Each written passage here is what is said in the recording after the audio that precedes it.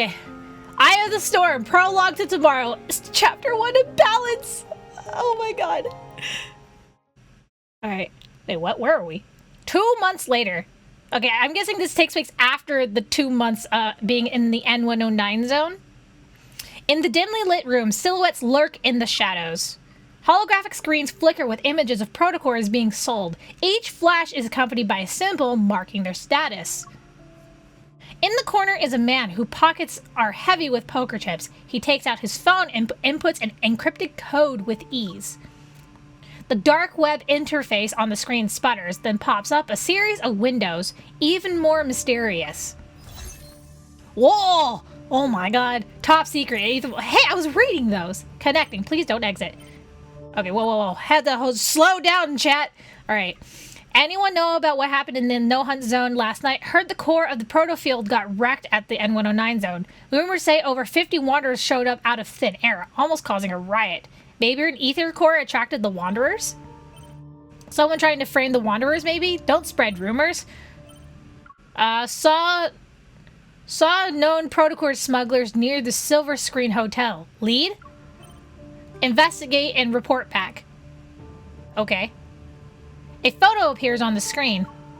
Surrounded by bodyguards, a notorious protocore merchant walks into the hotel. Oh, we got some protocore smuggling going on here. Silver Screen Hotel.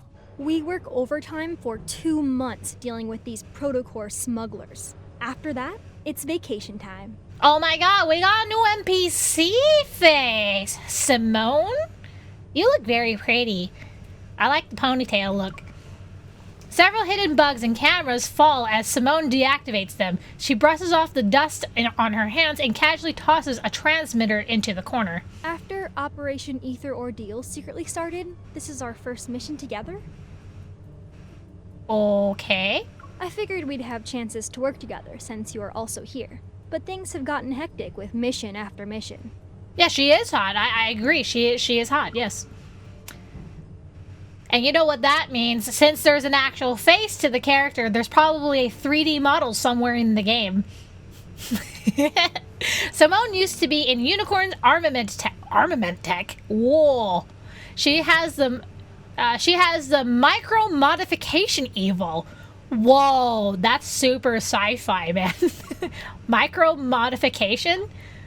And ever since she increased my hunter firearms firing rate by 2-fold, yo, can you do that with the gun that Silas gave me? Like, my god, it shoots so slow. We've got along well. Yeah, Lincoln's been a mess lately. I wonder when things will settle down. At least it's nothing compared to the N109 zone. I heard you went in all by yourself 2 months ago. You made a mess out of Ani Kindness's protocore auction and left unscathed. You even managed to... She lowers her voice. Her tone is half teasing, half curious. You even managed to get your hands on a real ether core, right? I don't know what you're talking about.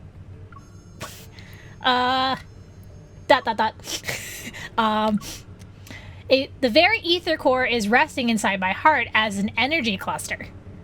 It's a secret. I haven't told anyone, not even the association's president. Yeah, I would not be surprised that she's keeping it a secret. Like, my gosh. I'm at a loss for words. I put on a helpless look. This is getting out of hand. At this rate, people will be saying I took down Silas all by myself and stopped Ani Kindness from taking over the N109 zone. Who knows? Aren't you one of the few Anhausen class evolvers we have? Did she even pronounce that right? I thought it was Anhausen. Anhausen? I can't even pronounce it right. Anyway, the N109 zone whispers about an ether core, and suddenly the groups on the dark web go nuts. I thought the association wouldn't bat an eye, but then Captain Jenna showed up and dragged me into the special operations team. Oh no. Shit's going down if Captain Jenna needs you. It feels like we stumbled into something big, and that rumor being passed around becomes a truth. I always believed the ether core existed. I just never thought there was more than one. Well, shit. If these smugglers have the real deal, that baby's going straight into my railgun. What? Phrasing? Anyway, the elevator keeps climbing. as if it's taking us to the rooftop that's directly under the deep space tunnel. For a second, I feel like I'm back under the N109 zone sky. Allow me to jog your memory. Ah, Silas. From your past to your future, to even all the crimes you'll inevitably commit. Wait, is this the same delivery he gave us when we first met him? I feel like it's slightly different. After all, you and me, we're the same. Oh, whoa.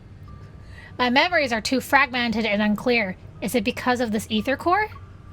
My hand touches my chest, the warmth pulsating like another heartbeat. Heads up, you two. No. At the hotel's security system, you've been whitelisted and can come and go as you please. Hey, yo, another hot NPC, Andrew. Damn, he's got a chiseled face there, my gosh. When do we get to see you, handsome? Andrew, the captain of data analysis, is micromanaging all the intel for Operation Ether Ordeal. He's communicating via earpiece. Rendezvous in conference room 3909. It'll be showtime in 5 minutes. Damn, I want to see his face up close. A holographic 3D map of the hotel flickers to life before me, modules snapping into place. Simone winks. She's very proud of her latest gadget. I would be proud too. Evol will be transmitted through your contact lens's device to alter his memories. He'll think you're the buyer he met before. Oh. Damn, they can go as far as altering memories? That's dangerous.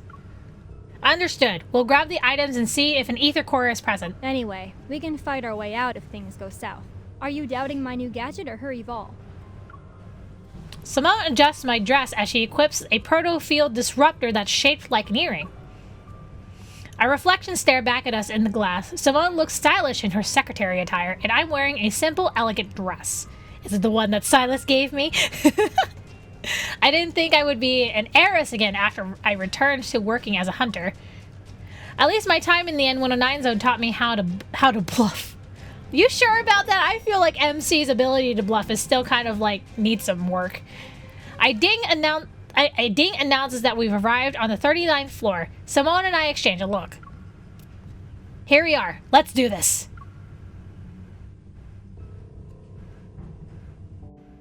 Oh man. Yeah, I'm thinking it's the dance, the outfit she was wearing when they were doing the dance. Oh my god, I love that scene so much where they're just doing the ballroom dance. Oh, Silas, I miss you already. 1 hour later. With Wait, all 1 hour this later? fuss, I thought I'd finally see the real deal, but these were all duds. Ah, I see. Got it. While we didn't get an ether core, the mission wasn't a waste of time. We have these modified protocores. The protocore smugglers are taken away, and Simone and I return to the Hunters Association. Special authorization confirmed. Good job, everyone. Otto, can you have more personality in your voice, please? I would appreciate it. Do your weapons or gear need to be maintained or repaired? Put them on the table. And just between you and me, Hunter's Huntress is serving a fancy meal tonight. Don't miss out. Thanks, Otto. Thanks. The Otto robots are super cute. I do love them. The little robot loudly whispers as it almost waddles to the armory with my weapons. With my weapon. Simone, Oh my god. Your gear's suffered some wear and tear lately. Over 65% of it has been damaged in the past 2 weeks. Oh dang, 65%! If you're maintaining it regularly, it shouldn't even come close to that. The heck? If she didn't help you control your evil, that number would have been higher. 70% at least. Andrew is glued to his multi-screen setup. Hey, look, maybe his setup looks like mine. The windows flicker to life like a digital butterfly swarm. Okay, maybe I don't have that many monitors, my Building a gosh. powerful weapon turns out to be a mistake, you can punish me. Also, lead Andrew, it's been 2 months already. Are there any signs of that ether core? You know, one of the World Underneath stories, it talks about Grayson, like, having a crush on a hunter. I wonder if it's this person. It'd be so cute if it was. I can understand why the association hasn't told anyone about this. It can't be about saving face, no?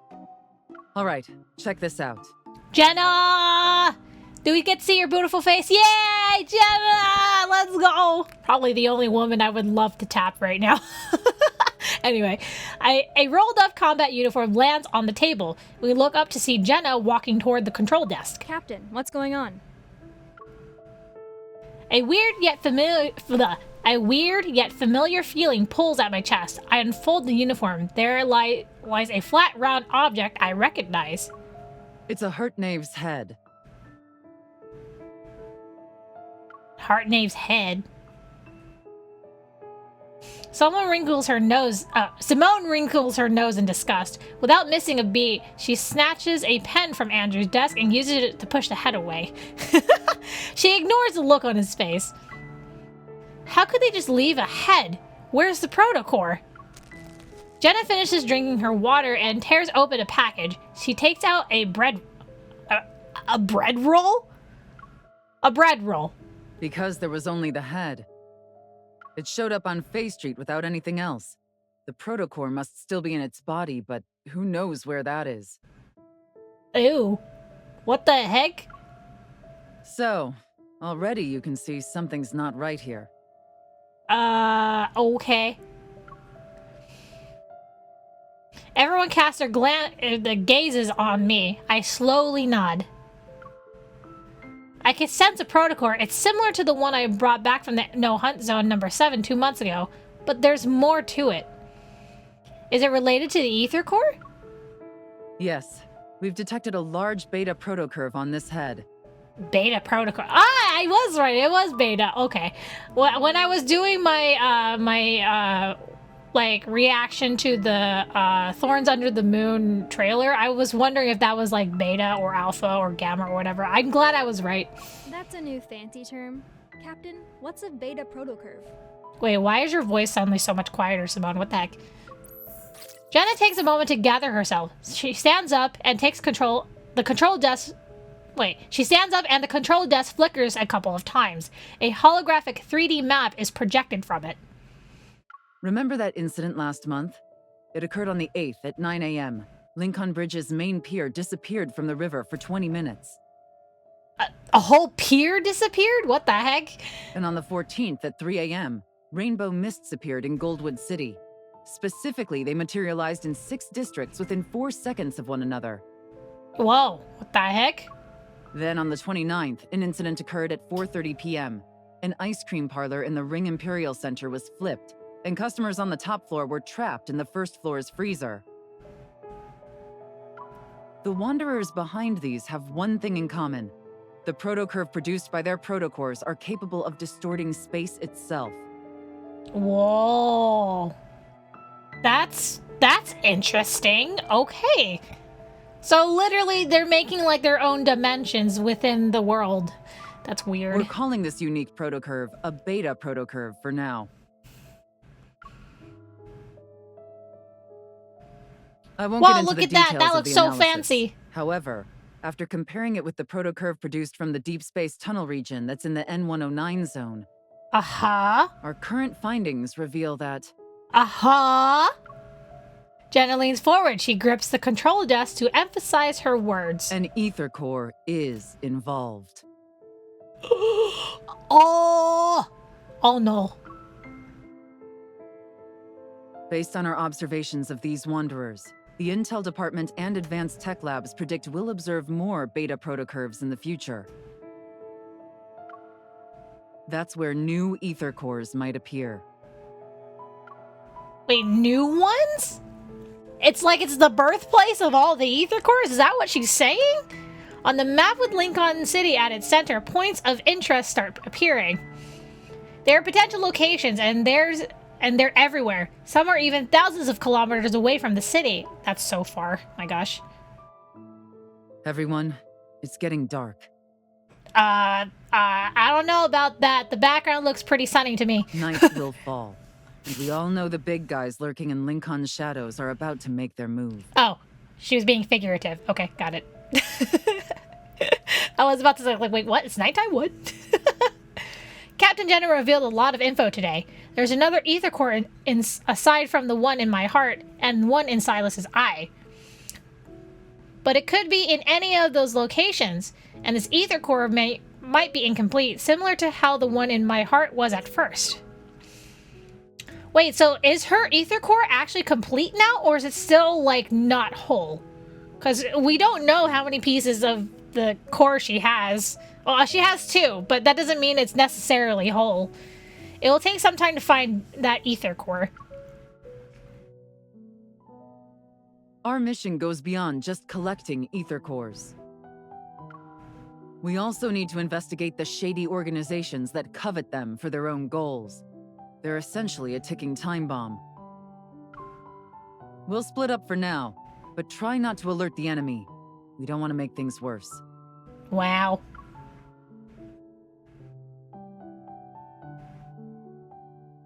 Hey, I don't know what you went through in the N109 zone, but this operation is a marathon, not a sprint. Don't be a hero every 5 seconds. Patience is key. Yeah, MC, you gotta be patient. Don't rush to go get things done. After spitting out my toothpaste, I put down my toothbrush and stare at my reflection in the bathroom mirror. I unearthed some interesting info in the Association's archives today. There are also a few loose ends from my time in the N109 zone that need to be addressed. No, don't ban everyone, Nigel! That's not why I gave you the powers. I should first deal with what I can handle right now, so...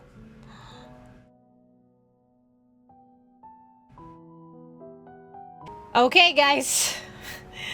Thorns Under the Moon. Investigate the crystal shard of the monster.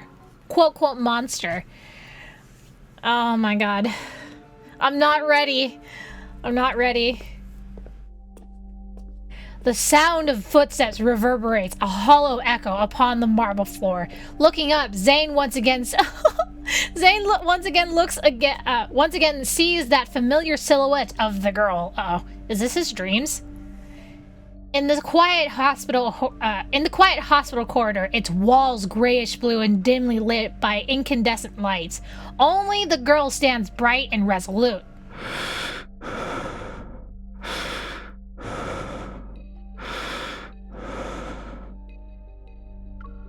Yearning to call out to her, yet incapable of making a sound, he has no choice but to quicken his pace. He runs after her. Yet, at that moment, terrifying black crystals erupt from surrounding walls. No. Oh no. Stop. Without warning, the entire place distorts. Those sharp spikes hurtle towards the girl's throat. Panicking, he turns to face them. She turns to face him as their eyes meet. Her lips quiver in despair, softly whispering broken, desperate sounds.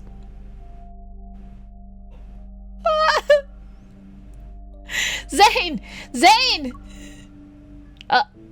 Okay, it's just a dream. Zayne? Zayne! Inside Osco's rehabilitation center, Zayne suddenly opens his eyes. He's in a sleeping pod, and his unfocused gaze slowly adjusts. Wait, why is he in a sleeping pod? Has his sleep deprivation been that bad? Did you have another nightmare? Yes. Oh my god. I already feel sad for him. What the heck? Rubbing his temples, he sits up. His eyes is a reflection of my concerned expression. Don't worry. Lying down in a large box with eyes staring at me.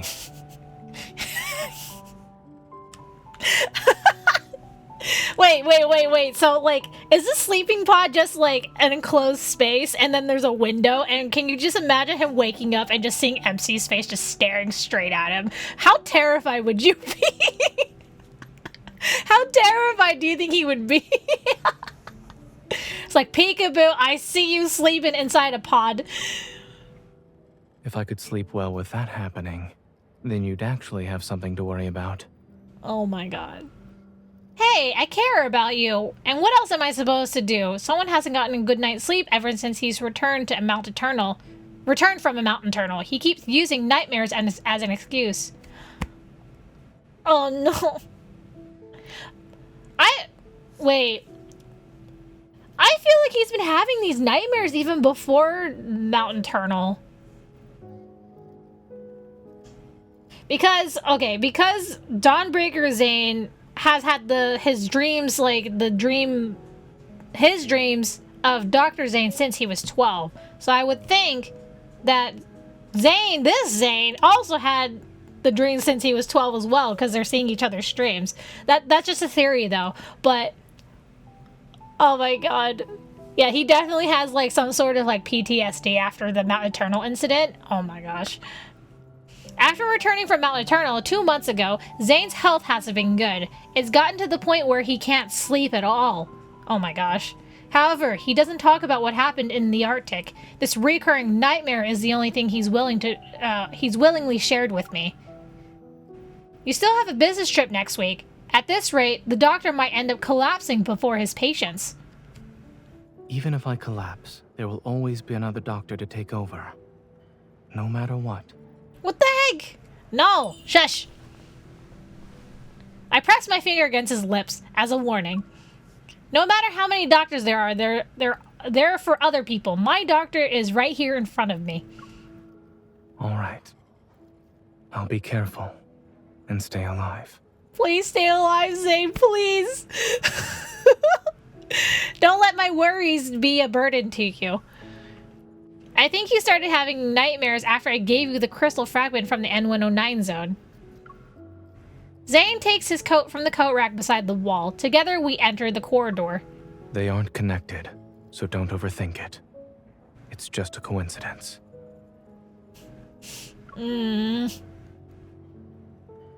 Speaking of which, there's been progress with the analysis of that crystal. Oh, there's progress? Is it related to the Protocore syndrome? At the moment, I've developed a hypothesis based on the data. I'll share the details with you once there are conclusive results. Okay. Stepping into the elevator, I pressed the button for the ground floor. Zayne's reflection appeared on the closed doors. The dark circles under his eyes underlying his deeper wearing... Oh. No, he needs sleep. He needs sleep, chat. Oh my god. Take your time. You should deal with your insomnia first. Since I can't sleep, I might as well be productive with my time. No, stop. You need rest. Please, Zayne. So it's not that doctors can't treat themselves. They don't actually want to be treated. Oh my god. I ordered some... milk? Why milk? I ordered some milk for you. It'll be delivered to your place and should help you sleep. Also, the hypnotic music. Are you referring to the lullaby playlist? Did you forget how old I am? Look, sometimes adults need lullabies too, just a different kind. I'm just trying to help as a normal hunter. You don't have to listen to me, Dr. Zayne. But please listen to me. Please listen to me. Zayne, please. I'm your one and only doctor. I should listen to you. Yeah, that's right. You should definitely listen to me. We step out of the elevator, and my watch begins to ring. Someone's calling me. I gesture to Zayne and then move to the side to answer it. Captain Jen. Aw, shit, Jen is calling. You know that means it's serious business. Hey, are you available right now? We've detected beta protocurve activity in a certain location. Well, in a certain location? Where? After a brief explanation, Captain Jenna quickly ends the call. Aw, shit, do I gotta go work? Why are you frowning? Did something happen? Yeah. My mission got an update. I need to check in with Captain Jenna, so I might not be able to have dinner with you. Oh man, we were even gonna go have dinner? Bro. Hey, I didn't get to read that. Hang on. Just as I'm about to sprint to the hospital's main entrance, a pair of hands lands on my shoulders and steers me in a different direction. Don't run just yet. I didn't even tap the screen that time. What the heck? Rude. Oh, hi, Captain Jenna. What's up? Upon arriving at the association, I find Alpha Team once again engulfed in silence. Only Jenna stands before the control desk. Her gaze is fixed on a few zoomed-in photos that are being projected. Perfect timing. Let's look at these together. Okay. Okay, what's going on? She waves her hand and those photos are pushed toward me. As I approach to get a closer look, it becomes evident that a distinct figure appears in every picture. Grabs the sleep brick. Oh no. The figure is also marked with conspicuous colors, which shows traces of a beta protocurve. All of them are from the same Wanderer. Yes, including this morning. Andrew has found its traces 5 times. Beta protocurve activity was detected in every instance. Oh no. Oh no. That means it's related to an ether core. It could very well be carrying one, or an ether core fragment. Another screen comes into view, showcasing an array of data and information, and pistoned and positioned at the center is a blurred image of a Wanderer. Oh no, a big giant monster. This Wanderer can move by distorting space, and we haven't captured a complete image of it yet. Distorting space? Oh! Is this the Wanderer that they were talking about in the previous, meeting? That the suddenly, things were disappearing and then reappearing after a period of time? Oh my god. However, the Intel department made a discovery. In areas where it did appear, many patients with protocore syndrome have fallen into a coma. Some even go into shock. Oh my god. Into shock? Oh no. My gaze then falls to the left side of the screen. The text reads, Location, Chansha City. I'll be heading to Chansha City next week. There are a few patients with a severe case of protocore syndrome, so they require Oxo Hospital's assistance for their treatment. Oh no. No way. Oh no, so we're probably gonna run into this Wanderer there. Those patients that Zayne mentioned might actually be victims of this Wanderer. Right now, we suspect there's a connection between these 2 incidents. We could start looking into those patients. And it just so happens that Oxo Hospital will send a medical team to Chansha City next week.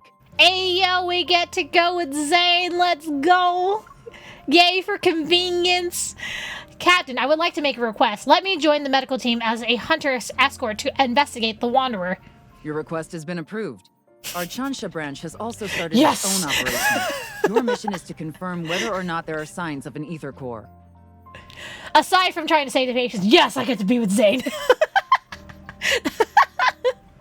I just imagine MC pumping her fists mentally in her brain, being like, yes, I get to be with Zayne and hang out and protect him and stuff. Yeah. You can contact us anytime if you need help.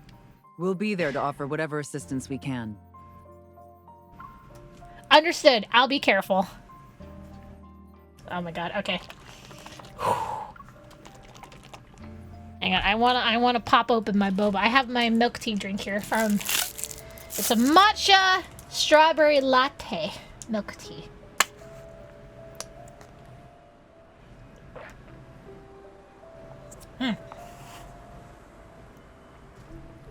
Blah. As I leave the association, Zayne's figure appears in the distance. He's been patiently waiting by the road. Gib, no, my milk tea. Just as I'm about to walk over, a massive bouquet of white roses suddenly engulfs my... Wait, what? Wait, white roses? White roses? White roses meaning purity. Pure? Who the heck is giving me white roses? Miss, I've heard so much about you. It's an honor to finally meet you in person. Who the heck are you? And why do you feel very villainous? Or villain-like? It's those sharp cheek angles and narrow face, man. And you sorry. are? I almost forgot that this is our first meeting. But you should have already received my business card a few days ago, along with the flowers. Wait, what? What? He sent me flowers and a business card? The man has a gentle gaze, as if to be friendly. He extends his other hand toward me. I'm Carter, from Xander Sciences. No, I'm on to you, Carter. No, fuck this guy. I'm on to you. Very suspect. This is the guy I was suspicious of. For those who have not read The World Underneath or don't remember, Carter is the person that works for Xander Sciences that wanted Zayne to join him at Xander Sciences to advance protocore technology at that company instead of having Zayne stay at Oxo Hospital and be a heart surgeon. This guy is trying... This guy is obsessed with extending life and fending off death, which is against the natural human cycle, which Zayne is very much against. Like... Nah. I don't trust this guy. 1 second. Get your narrow face out of my face. Yeah, who names their kid Carter? I don't know, Uzi, but I'm just saying this guy's bad news. This guy is bad news. He tried to give Zayne a medical file that definitely had a Trojan horse on it to try to take over Zayne's like I guess system to get some private information out of Zayne illegally. Nuh-uh.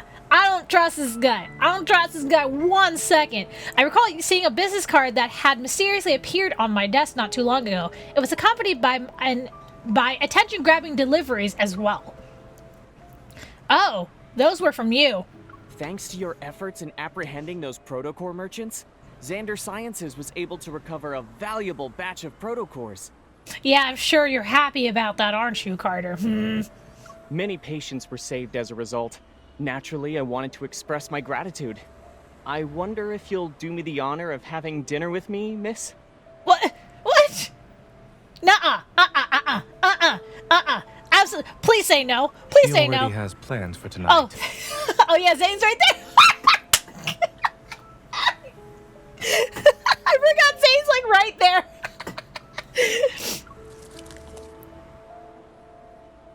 A hand pushes away the bouquet. Zayne then pulls me to his side and he moves to stand between me and Carter. Ayo, Zayne coming in with the protection. Let's go. He's like, nah, this woman's mine, dude. Back off. Upon seeing Zayne's face, Carter's expression noticeably darkens. What a coincidence, Zayne. Nah, I don't like you, Carter. It's been such a long time since we last saw each other. Why don't the three of us have dinner together? My treat. Nah, dude. No, you're just gonna be third wheeling. It's just dinner between me and Zayne. No, thank you. My gaze quickly shifts from Carter's smile to Zayne's indifferent eyes. I sort of understand what's going on. Do you, MC? Do you? I'm sorry, Mr. Carter. The association strictly prohibits hunters from accepting dinner invitations for work purposes. Let's go. Oh, man. Oh, Zayne, I can tell. That delivery, I can tell Zayne's not happy. He's not happy. Just as I'm about to turn around, the bouquet blocks my path again. Miss, I understand there are rules about not having dinner, but the flowers didn't do anything wrong, right? I have a singing. There's like a bug or something like that, like a listening device in these flowers. No, I would just slap it right onto the ground. Before I have the opportunity to decline, Zayne swiftly takes the white roses. He glances at them, and with a blank expression, he gives the roses back to Carter. They're much appreciated. Unfortunately, there's no room for them in my car. It's not like he has a mostly empty, clean car anyway, just saying. Miss Hunter? With Zayne holding my arm, I leave. Carter persistently follows us. Actually, I'm here to give you a reminder. God, he's persistent! The outside world isn't as safe as Lincoln. Be careful when you're traveling. Gee, I wonder why you would give me such a message, huh? I'm watching you, Carter. I'm watching you. I know what you're up to. The MC may not, but I see what you're doing. I see what you're doing. You can't fool me with those beady eyes. Seatbelt. Zayne turns the steering wheel and the car joins the stream of flowing traffic. That guy seems to know you pretty well. Are you acquainted with him? And Xander Sciences. I feel like I've heard that name from somewhere.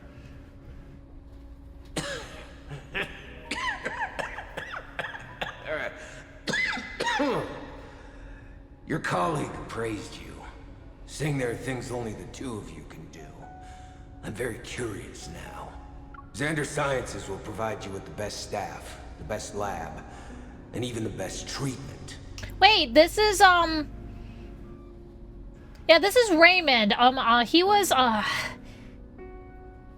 think he was the, what was he, the CEO or something? He was like pretty high class, like he's in the upper ranks of like Xander Sciences, and he died because of what happened with the whole painting and stuff, like Raphael's painting in chapter, not 2, I think it was chapter 3, or was it chapter 2? I don't remember. It was one of those 2 chapters, but like I think he was like part of the upper, like one of the higher ups of Xander Sciences.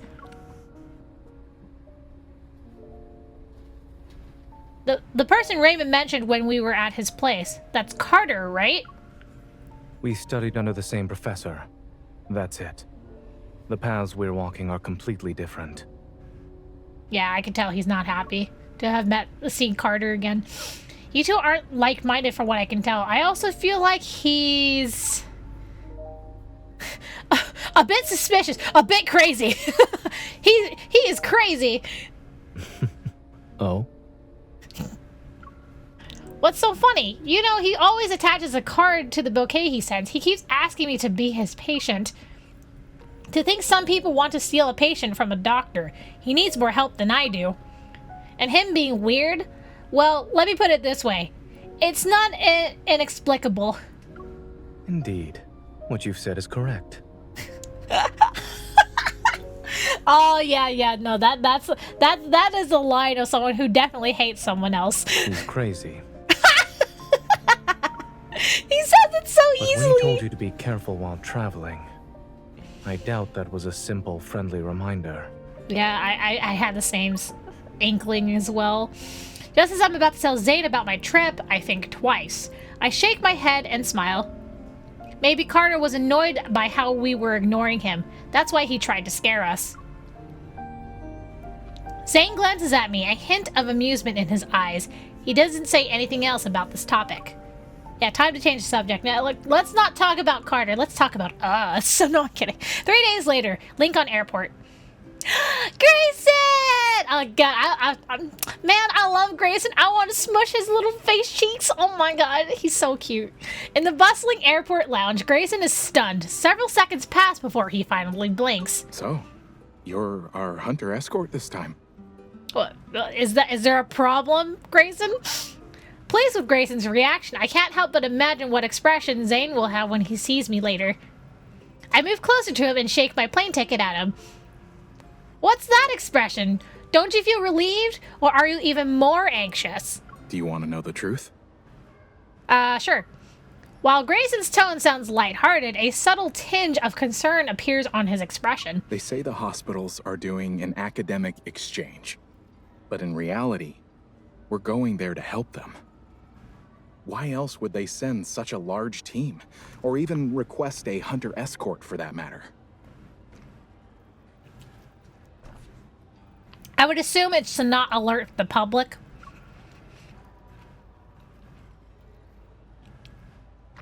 Having Zayne fly all the way there, the situation must be pretty bad. Actually, the main problem is with one of the patients. Grayson lowers his voice and leans in closer. Grayson, do you have to be talking about this now? His biopsy results show that the crystals in his heart have a certain shape and structure that's different from the ones you'd see with protocore syndrome. Also, when he was admitted to the hospital, he caused a metaflux burst. That's not good. That's not good at all. As if worried I wouldn't believe him, Grayson takes out his phone and shows me a video. My friend who works at Chancha Hospital sent me this. All the flux stabilizers in the ER went down. It was a mess. Yeah, I would imagine. Without those flux stabilizers, wanderers could easily appear in the hospital and cause chaos. Not to mention casualties. In the video, a sound of an alarm fills the air, and the lights flicker uncontrollably. Despite the shaky and blurred footage, the chaotic nature of the scene is unmistakable. An abnormal heart, a sudden burst of metaflux, a picture begins to form in my mind. Something strangely familiar. Gee, I wonder why that's familiar, MC. Thankfully, no wanderers showed up. But it's strange considering how high the fluctuation index was. Like, my god, that is very lucky that a wanderer did not show up. The fluctuation index only tells us the chances of a wanderer appearing. It's not guaranteed. But given the nature of the energy fluctuation, it's weird not a single wanderer appeared. I watched the video again to search for anything I might have missed. Is this the metaflux? Is the metaflux a result of the patient being exposed to the wanderer and the beta protocurve? Grayson, do you mind showing me the other documents related to this? Guys, do you have to do this now in the airport? Like, there's probably civilians around potentially listening in. You don't want to expose that kind of documents to the public like that. Like, I'm just saying. You shouldn't make assumptions when things are still uncertain. As Grayson and I lean in, a hand suddenly appears between us. Grayson is slightly nudged to the side. Hey, Theo. In one smooth motion, the hand takes the phone, turns off the screen, and then places it back in Grayson's hand. Chancha Hospital was built a long time ago. It's not uncommon for their flux stabilizers to experience malfunctions. As for the patient's biopsy results, they need to be further analyzed along with other reports. It's too early to jump to any conclusions. I lock eyes with Zayne. He stands before me with one hand resting on the handle of his suitcase. Good morning, Dr. Zayne. I hold up a paper bag. Do you want a black tea cake or egg sandwich? You can only choose one. No, choose both, and then I have nothing to eat. Of course he wants the cake! Of course he wants the cake. Why would he choose the sandwich when there's a delicious cake right there? Come on. Come on. Did you arrive at the airport early to buy breakfast? When did I ever say that? I retrieve my suitcase from behind a chair and proudly present my ID as a hunter escort to Zayne. Surprise! Oh, he's not impressed. Contrary to my expectations, I see no traces of astonishment in Zayne's expression. Instead, he calmly hands me a hot latte. Have you ever thought about who approved and signed your escort application and ID request? Ah, shit. No! My plan to surprise him is ruined. No! Damn it. Dang it, he knew as soon as the paperwork came through. Darn it! The flight takes several hours. Eventually, the plane lands at Chansa Airport. Boarding the shuttle sent by Chansa Hospital, the medical team immediately heads to their destination. The chief of surgery, his hair already starting to gray, exchanges pleasantries with Zayne before quickly delving into a discussion about the patient. They're on ECMO. After the open heart surgery, adhesions began to develop. And this morning, we saw the crystals spreading. They're very close to the lungs now. Oh no. Then we'll have to perform surgery as soon as possible. Zayne quickly flips through the patient's medical record while putting marks on the paper. Crystal extraction is already a complex procedure. Those adhesions, we're worried the patient won't be in a stable condition while under anesthesia. This is our only option. We must perform the surgery. This is technically Zayne's specialty. Let's reassess the patient's health and proceed once his physical condition allows it.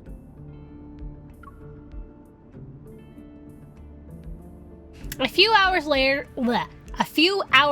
the surgical lights are turned on in the... Do we get to see Zayne and his scrubs? The rhythmic sound of medical equipment reverberate, led by Zayne. A team of medical staff focuses on the surgery at hand. The observation room is filled with people, and their gazes are fixed on a large screen. On it, a pair of hands uses a scalpel to meticulously remove tiny crystals. Clear the view.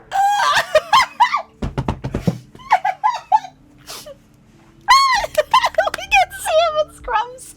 Oh my god, finally! Thank you, Paper Games. Thank you.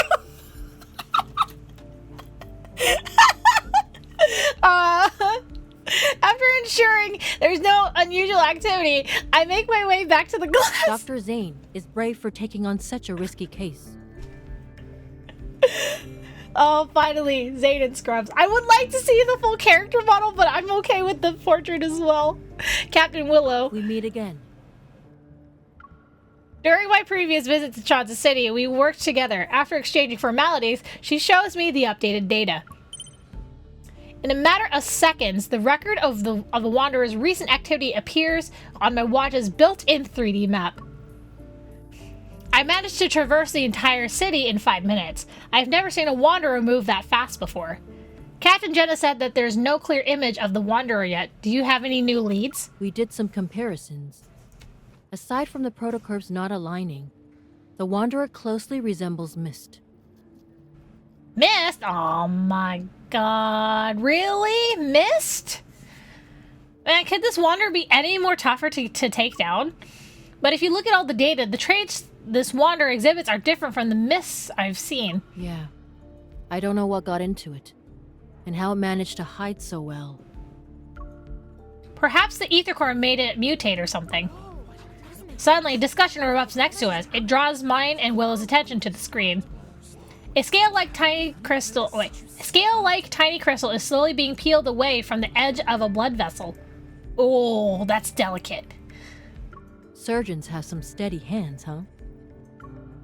That crystal!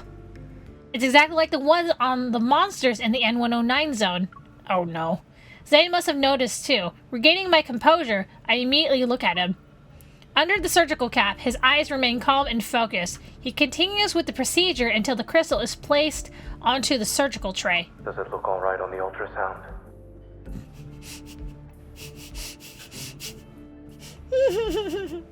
Yes, it came off. Any bleeding? No. Let's wrap it up. Applause erupts throughout the... Guys, this ain't a show, come on! Really? Applause erupts throughout the observation room and relief washes over me. However, I feel a strange, unusual tremor in my chest. Wait, what? Something is rapidly expanding. Metaflux? The alarm from the flux stabilizers resound throughout the entire operating room. Captain Willow and I exchange a look and immediately get to work. She starts evacuating the spectators while I run to the intercom. Zayne, a Wanderer is about to appear. You need to move. Dr. Zayne, the patient's blood pressure is dropping. Oh, yo, it's Grayson and Scrubs. Let's go. Increase the adrenaline to 0.1 micrograms. The alarm becomes louder. I immediately pull out my gun and aim it at the area where the energy fluctuation has peaked. The faint energy fluctuation dissipates, yet the tremors I feel in my chest show no signs of subsiding. Zayne, you need to leave, or else it'll be too late. The patient's vitals are unstable. Moving them isn't feasible right now. Ah, shit. Through the glass, Zayne looks up at me, his gaze as calm as ever. Can you suppress the accumulating metaflux with your evil? I meet Zayne's gaze and that carries a subtle attempt to comfort me. My attention turns to Grayson and the others who are visibly worried. They wait for my response. I'll do my best. Give me 5 minutes. Let's continue. Oh my god.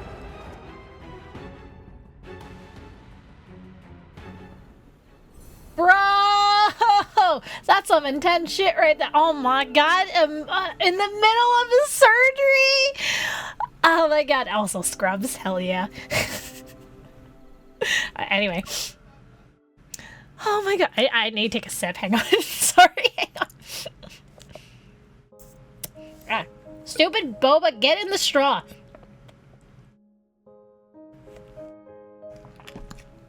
Wah.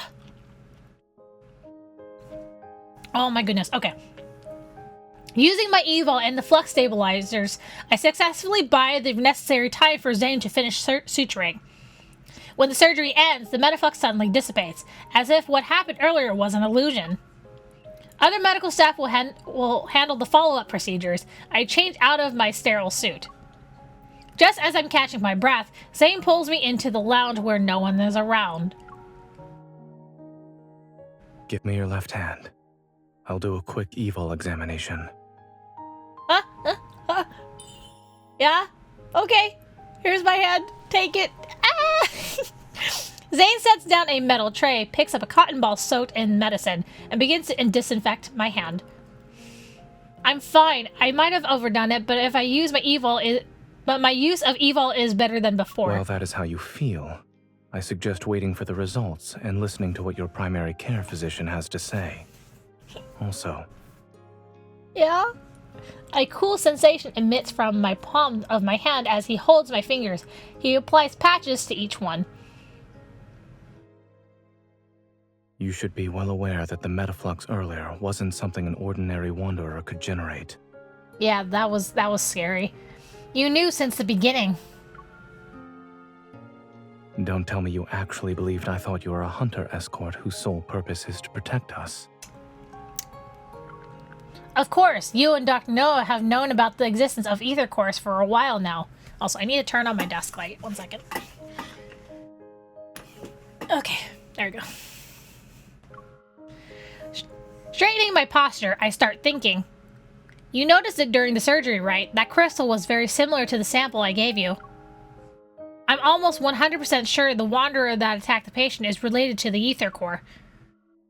It's possible the ether core made those monsters in the N109 zone transform into their current state. Not necessarily. Excuse me.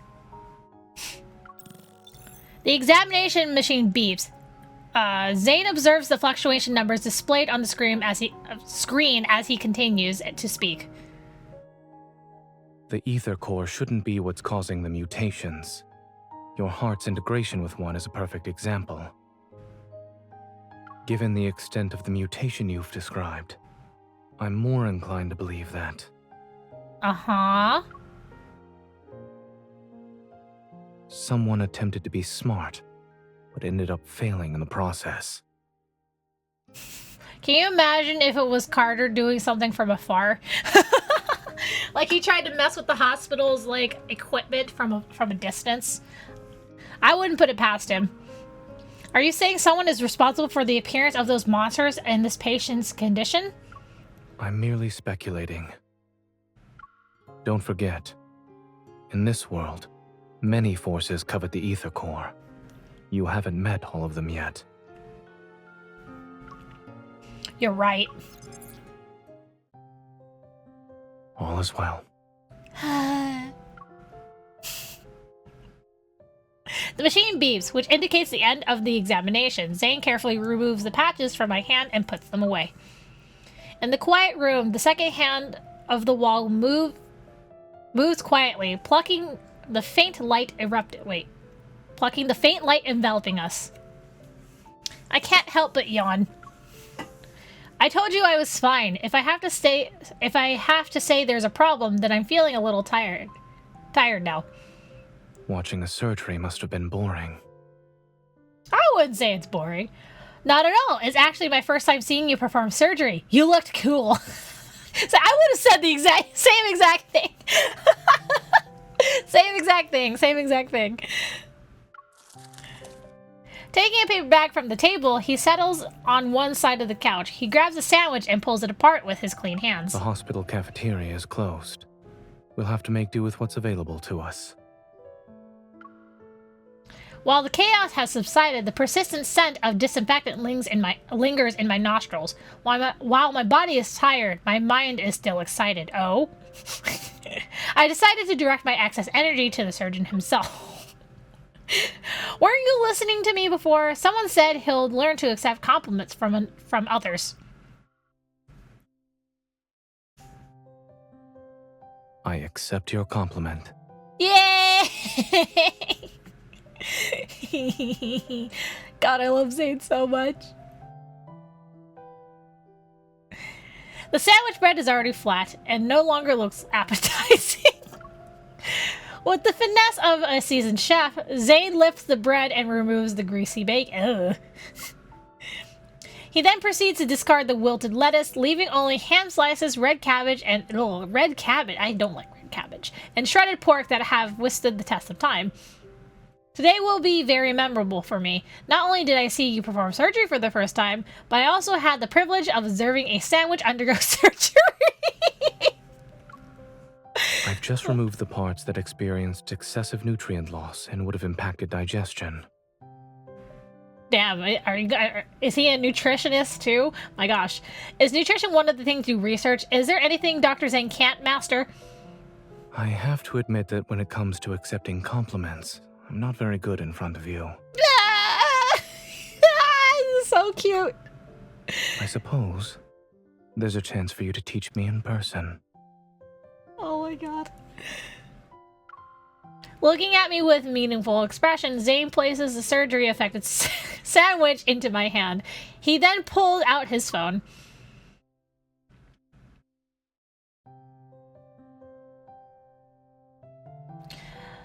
Baffled, I lean in and watch as Zayne taps on a message notification. He opens up a new medical team group chat, which was created earlier today. Grayson has shared a group photo there where the medical staff, their smiles tinged with wariness, hold glass vessels that are visibly cracked. Wait, what? Were these cracked by the energy? Cracked by the energy I couldn't contain when I lost my target? You overdid it, yes. Oops. But the medical staff said you're the most surprising hunter they've ever seen. Wait, most surprising hunter? That doesn't sound like it's in a good way. They didn't need to go that far. Embarrassed, I sheepishly laugh. I quickly shift my attention to eliminating the sandwich. Before Zayne can speak, his phone abruptly starts ringing. Hello? Upon hearing the voice on the other end, Zayne freezes. Surprise appears on his face. The patient woke up? Was that patient in a coma?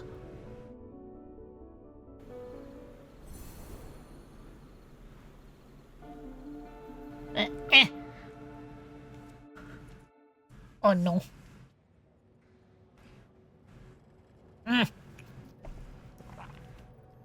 Sorry, I'm taking a sip of my boba.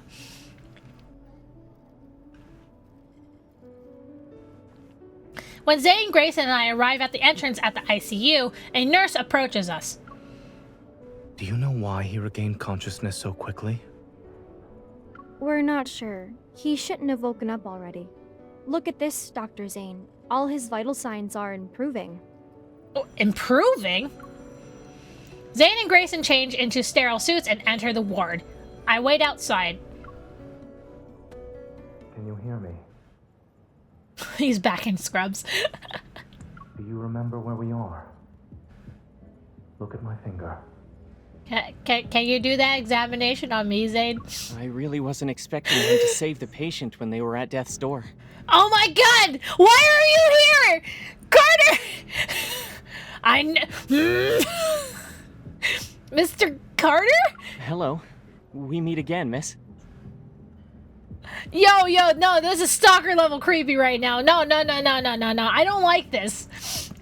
I'm alone. No, Zayne, come back. Come back, Carter's here. With the sudden appearance of Carter, I cautiously step to the side. However, he greets me with a smile. He raises both of his hands. Don't get the wrong idea. I wasn't following you.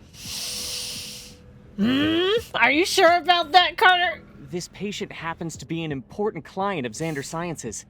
After hearing about the incident, I decided to pay him a visit. Well, how convenient. You weren't there when he was in critical condition. I don't think he's that important to you. What do you mean? He leans against the wall and casually looks at the glass door. If it weren't for Xander Sciences, his fragile heart would have stopped a long time ago. Ha, so I was right. That was Carter in the trailer. If you read up on the lore, that would have been very obvious, which I will sadly say I've read up on a lot of the anecdotes and stuff in the game. What we're pursuing is far more stunning and ambitious than these petty solutions. Is that so? Observing my indifferent reaction, Carter furrows his brow. A hint of disappointment appears on his face. Look, you aren't exactly like... You didn't come in with sunshines and rainbows, okay? I could see the poison that's hidden behind those colors. Aren't you curious about the kind of work we're doing? I'm not. He shakes his head, and his usual pretentious smile graces his face again. It's okay. You'll be interested someday. No thank you, Carter. You may kindly GTFO, please. After all, only Xander Sciences can provide answers to the questions about your heart. Frowning, I suppress the urge to ask more. I redirect my attention back to the ward. Hey, Dr. Zayne wants you inside. Grayson hurriedly walks out and hands me a sterile suit. Excuse me, this is the ICU. For the patient's sake, we kindly request that unrelated individuals leave. Having no intention of paying any more attention to Carter, I change into the sterile suit and enter the room. Thank goodness. Thank you, Grayson. Thanks for the save. The man lying down on the bed The man lying down on the bed has his hot eyes half open. His voice is weak, yet infused with tangible excitement. I'm back. I'm back. All his vital signs appear to be normal. However, under normal circumstances, a person wouldn't recover this quickly. This is already really sus. As Zayne talks, he directs a meaningful look to me. More anomalies may occur. Stay on your toes. Acknowledging his warning, I nod. I move to the bed, introduce myself, and state the purpose of my visit. Then proceed to ask questions. I need to move the iPad closer to me. Whoop.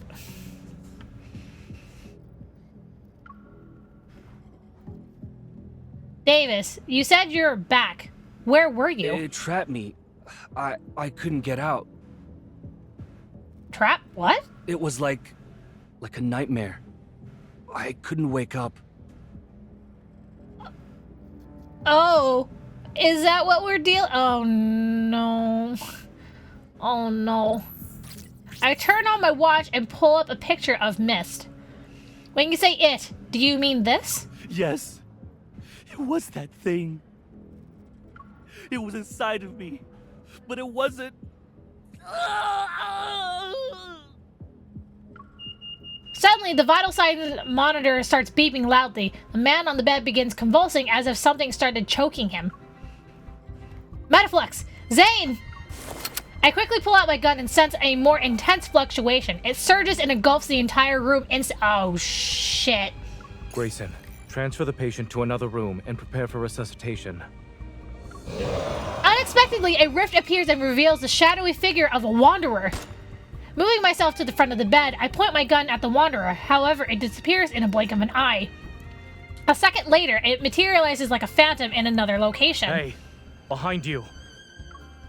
Evading its slash, I aim my gun at the center of the fluctuation. However, a tremor overwhelms my chest. I barely feel any pain, only a dense white fog surges before me and obscures my vision. The war dissipates as if my surroundings are transforming into another realm.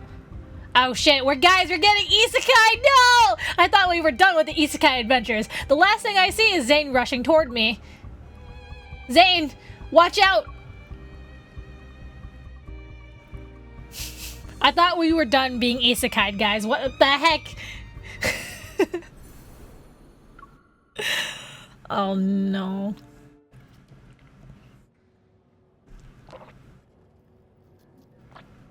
It feels as though my body is plummeting into a thick fog. The sensation of weightlessness threatens to push my heartbeat out of my chest.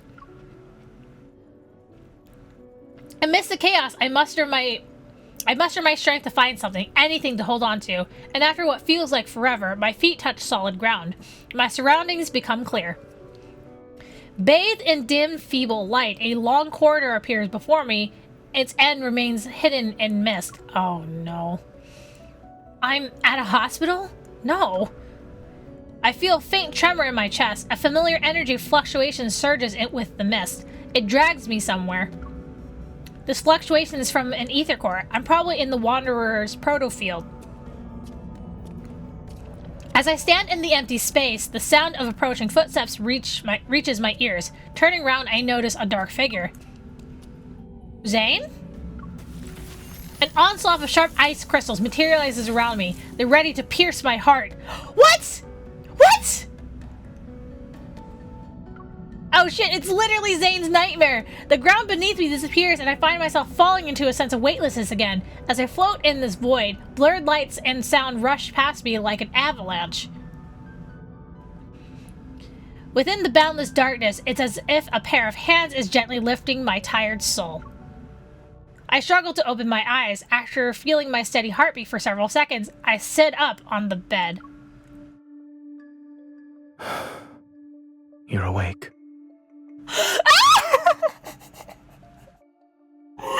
No! He's wearing the Dawnbreaker outfit. Oh no! Oh no. By the floor-to-ceiling windows stand a figure wearing black clothing. He turns around. Behind him are dilapidated buildings and the sunset's tender light. Oh no! Zayne. The figure takes another step, his appearance nearly overlapping with the dark figure I had seen before. I move back. How are you feeling? Is this our Dr. Zayne or is this Dawnbreaker? After hesitating for a moment, I reach out and touch his cheek. I trace his eyebrows and the contours of his face. I recognize the features I know so well. In the silence, he remains motionless. He just looks at me. I'm fine. I think I just had a dream. Oh no. No!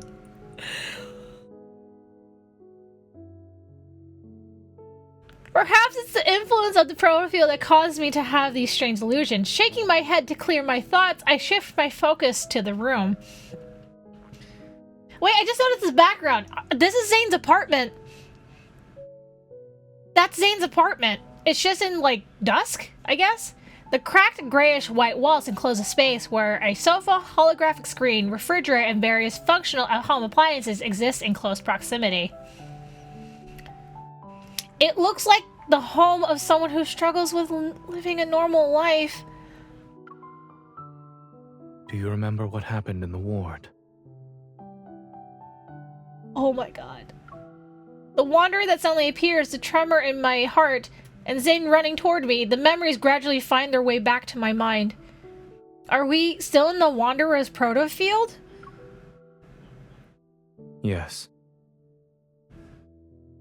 Oh, my heart is like clenching right now. We are literally... Oh my god.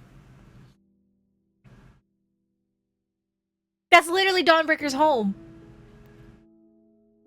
That's literally Dawnbreaker Zayne's home. Oh god, that's scary. That's so scary. Following Zayne's gaze, I get up from the bed and join him in looking out the window. As the final remnants of twilight vanish, the city stands before us under the light blue sky. Its desolation is evident. The place is a rusted skeleton of its former self.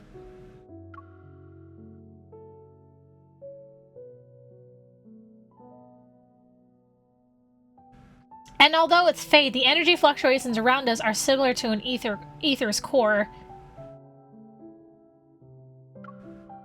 This Wanderer's proto-core must possess an ether core's energy. But in my dream, It's as if the chill from those ice crystals still lingers in the air. I grip my arms more tightly. You're awake now. Remember that whatever you dreamt about was only a dream. A blanket is draped over my shoulders. I reach out, but he walks away before I could No! Zayne opens the refrigerator, revealing a collection of peculiar bottles with mysterious liquid and a jar half filled with chocolate. After opening the jar, he offers a few pieces to me. Their packaging unexpectedly fancy. Oh my god, no, that's definitely Georgie's chocolate. I'm not hungry. According to my perception of time, you've been unconscious for 2 days. 2 days? 2 days? Wait, what?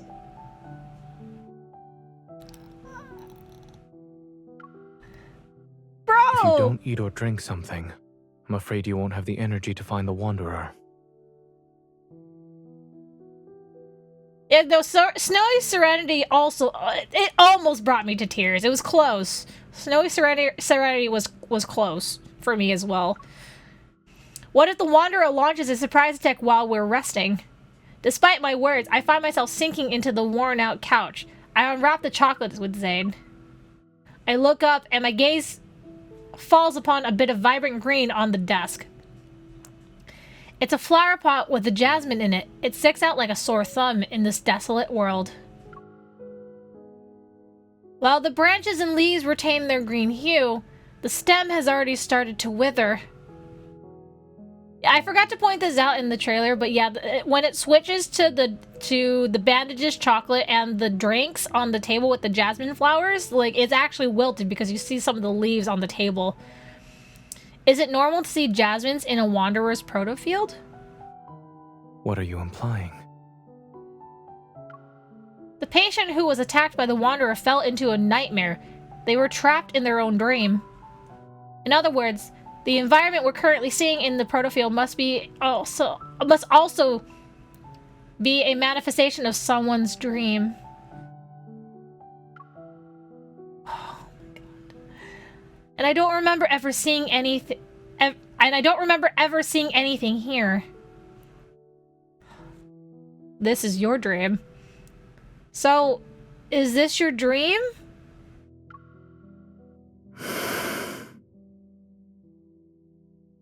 Are there any comments you'd like to make about it? My heart's breaking, guys. Oh my god. Even in a world as broken as this, chocolate still exists. I expected nothing less from you. Shouldn't you be saying something like, "Thank goodness it's Zayne's dream. We can still eat chocolate." Is this his way of trying to cheer us up? Oh my god.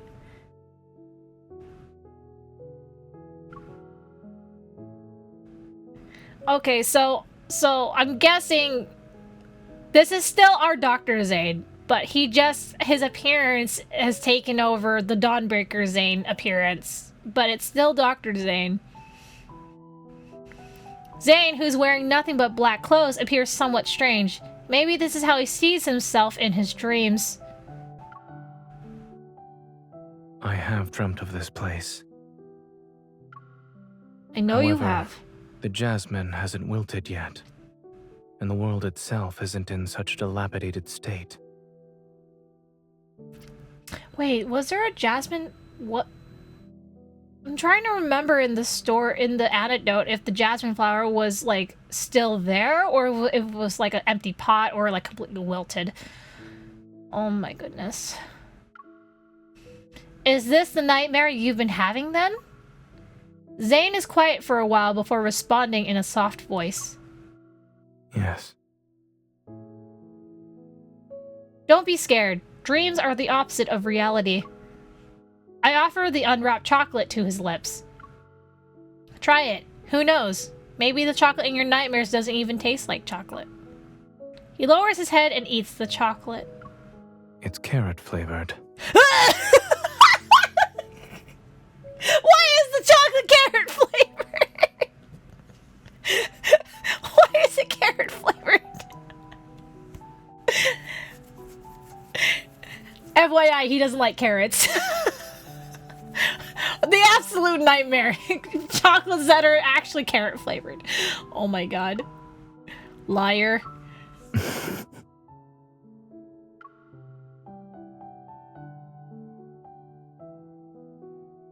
He looks out the window again, where the silhouette of a bird flies across a darkening sky. Since dreams are the opposite of reality, perhaps I'm not a doctor in this one.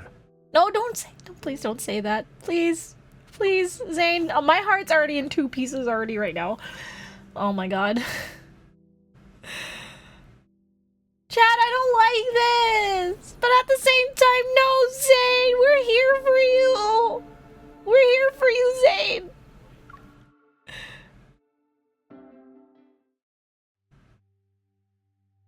Everything is a hazy blur in dreams, yet in Zayne's dream, the flowers, trees, streets, and shops appear with remarkable clarity.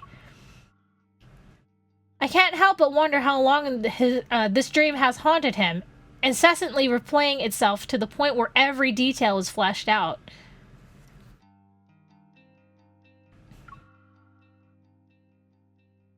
While it resembles my dreamscape, I can tell it's a proto-field. Oh, that's a Over relief. there. He guides me to the entrance of a narrow alley. The road ahead is covered in thick fog. It's as if we've reached the edge of the dream itself. From the fog, a cluster of black crystals has emerged. It blooms like a flower and is as tall as a 3-story building. It blocks the path.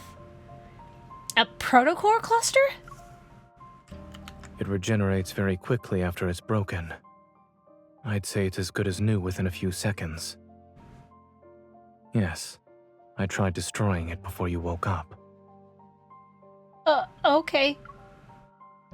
As I recall my past battles, a hypothesis forms in my mind. I think I know what's going on here. There must be another protocore cluster in this proto-field, and they provide energy to each other. We need to destroy both of them to leave the... Oh my god. No, we have to separate! We have to separate! No! Eating I don't want to leave Zayne certainly alone! makes one smarter. Thank you for the compliment. I gesture toward him. Though I'm only slightly smarter than you. Chuckling, Zayne pulls down my hand. Since this is your dream, do you think you know where the other protocore cluster is? When you're in a proto-field, using evol in a scientific matter is more effective than dreaming. I mean, there's also, like, the fact that some people can lucid dream, which means they can actually control what happens in the dream. I'm guessing Zayne does not have that ability here. The proto-field is practically drenched in erratic energy fluctuations, yet amidst the entangled protocurves, I detect one that stands out. I open my eyes and point in a direction.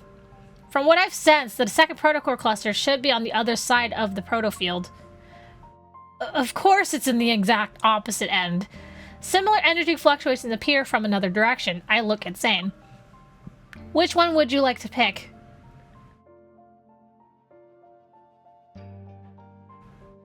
Zayne looks up into the distance. I don't know if I imagined it or not, but some sort of emotion stirred in his eyes.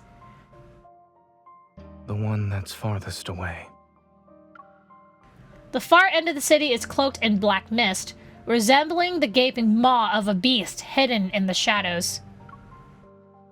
Nope, I want that one. What? Why did you give him a choice? Why did you ask him? Why? That is what I call the illusion of choice. I understand this is your dream, so you know where the dangers are, but are you going to face them alone again? This is my dream. I can get to my destination faster than you. Yeah, it was a big psych. But your dream isn't exactly being nice to you right now. Maybe the more you try to use it, the more it'll use you instead. Oh, don't say that. Please don't say that. Let me go instead. You. Don't push yourself when you're in trouble. I got your back. That's a tip from your hunter escort. Smiling, I take a step back and pat his back. Without waiting for Zayne to respond, I wave and start walking. Don't push yourself. That's a tip from your primary care physician. Behind me, I hear a soft sigh followed by Zayne's words that are tinged with worry. Turning around, I catch a glimpse of him standing in the shadows. He's far away now, so I can't clearly see his expression. I press my lips into a thin line and nod. Regardless of whether it's him or me, we know we'll always support each other. As the girl oh no, we're switching POVs. As the girl walks away, her figure disappearing from the fork in the road, Zayne turns his gaze towards the alley's depths. With the thick fog, a broken streetlight flickers intermittently.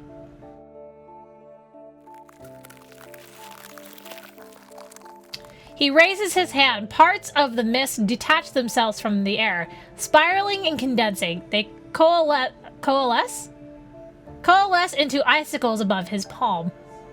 Dark impurities silently emerge from within them, but they stop spreading just as they are about to breach the outermost layer of the white crystals. It's as if a looming black hole threatens to consume everything pure and white. Yet a thin, unwavering layer of pristine ice remains resolute in being the last line of defense.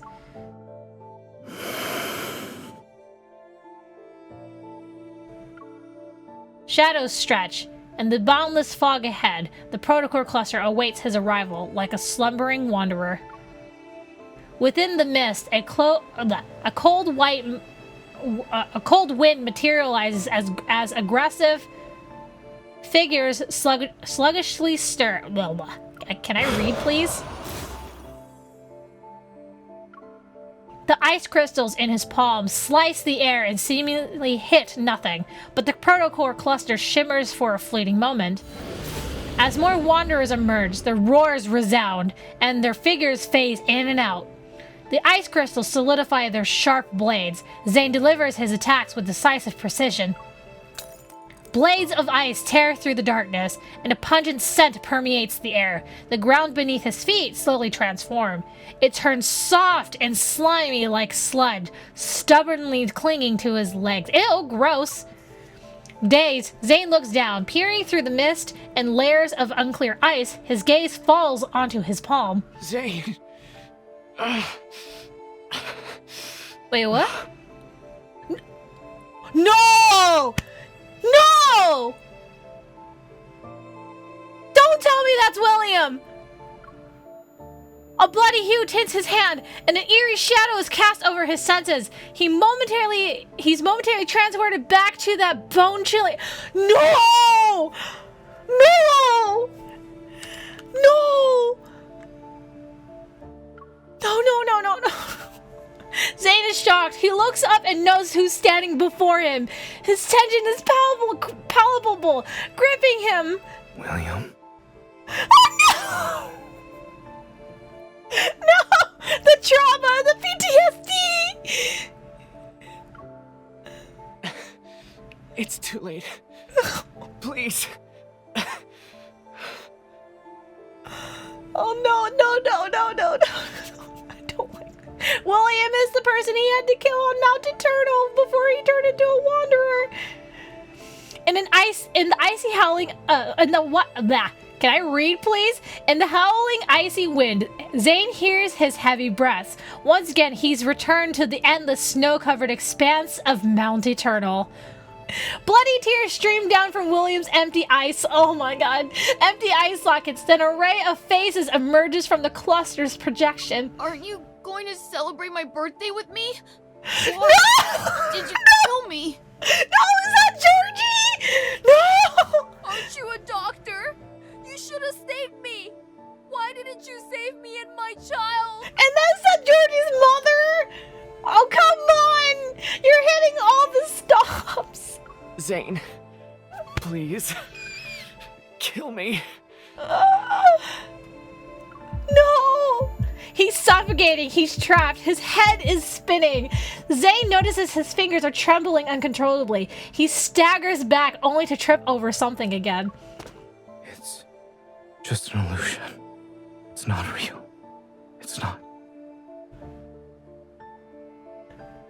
my god, Zayne! No! I didn't want to leave him alone! More and more hands out. Oh my god.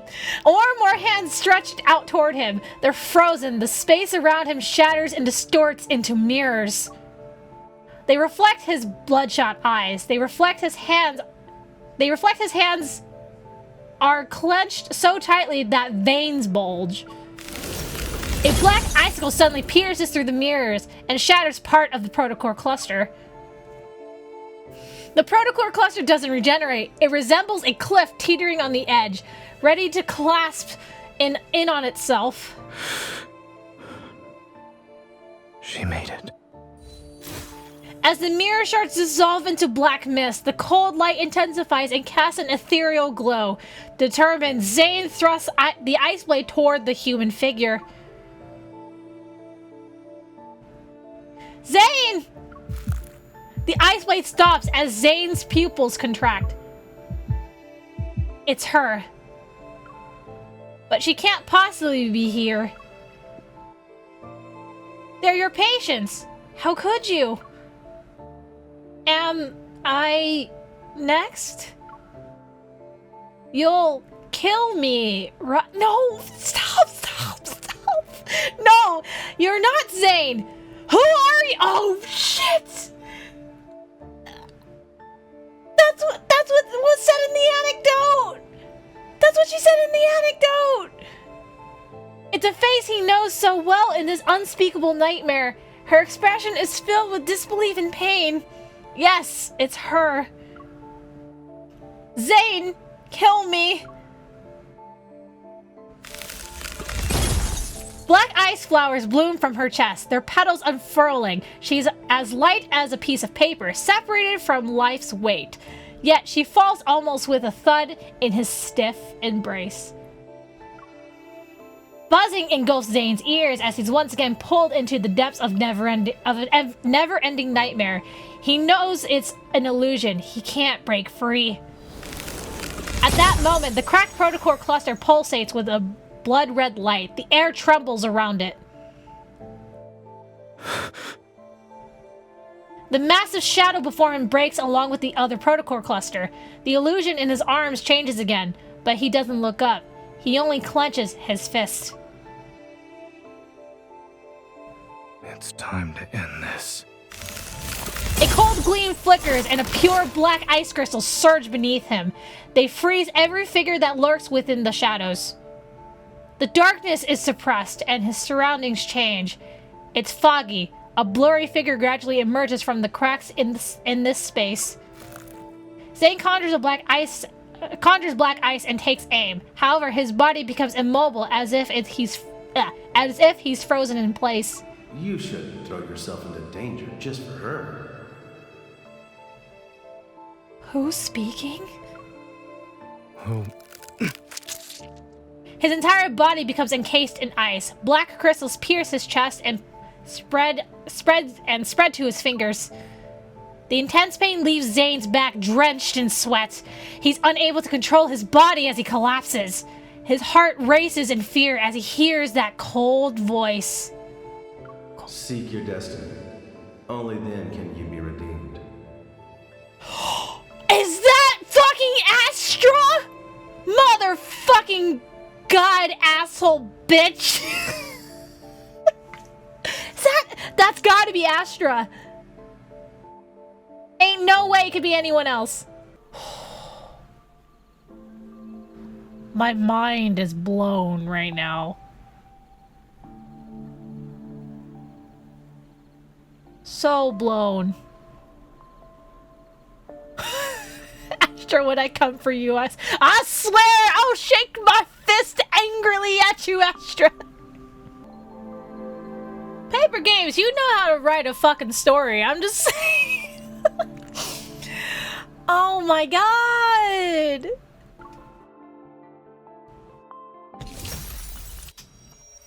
As the protocore cluster shatters, a distant tremor ripples through the air. Excuse me. The space around me transforms into mist, and moonlight shines down. Then the fog dissipates. I can feel the ground beneath my feet. I cautiously assess my surroundings and see that I'm in a garden in the back of the hospital. Back of a hospital. Something's not right. This is Lincoln's Oxo Hospital, but we should be in Shansa. My heartbeat quickens, and the sense of foreboding washes over me. I hold my gun. I push open the door that leads to the hospital. Behind the door, a white mist emerges. When it cleared, I noticed I was back at Zayne's place. By the couch, someone is lying on the floor with their back to me. Wait, what? Lying on the floor? Zayne! Be careful. We haven't escaped this dream. There are 2 layers, and the Wanderer is still here. Look, I'm all for, like, the visual novel stuff, but it was really funny when he just suddenly turned around, like, it's like, huh? What?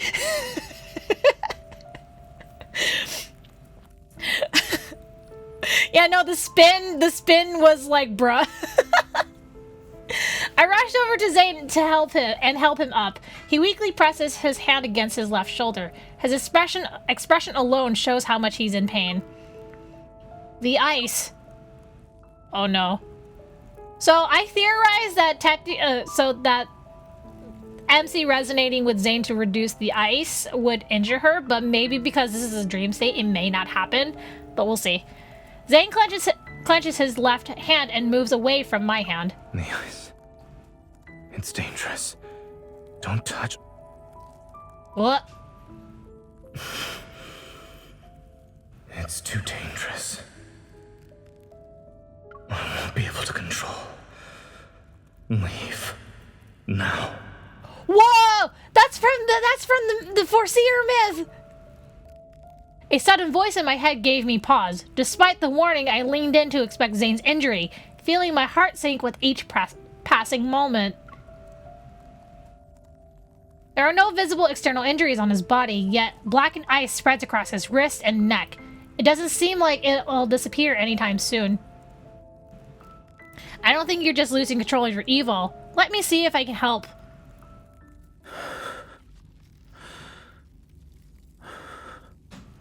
Don't worry. I'm fine. It was just... Okay, this is... I'm guessing this is where the 5-star memory Kindle thing starts. Yeah. Ah! Hey, I didn't read that! It doesn't look like you're fine. It starts to melt. Since my method is working, just sit... The timing! Don't waste your time on me. We can still go after her. What did I say? It starts to melt. Since my method's working, just sit tight for a while. Okay. Focus on taking care of yourself first. Push him down. Oh my god.